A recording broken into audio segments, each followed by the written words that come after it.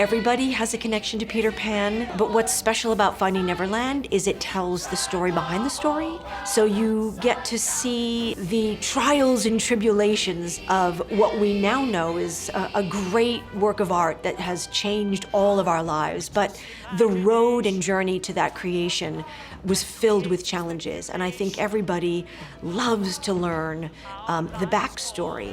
We can sail away tonight on a sea of pure moonlight. It's about the human spirit.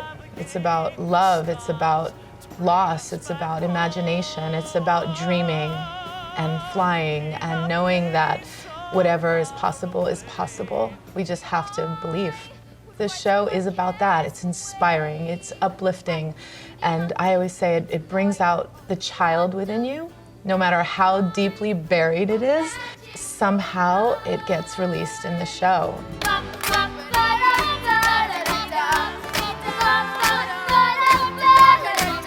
What has amazed me is I've seen kids 7 and 8 years old leaning forward in their chair, calling out the characters they recognize from Peter Pan. I see the parents of those kids moved by the story of what a child has to learn in growing up and how we all find resilience through tough times, which is what this show charts.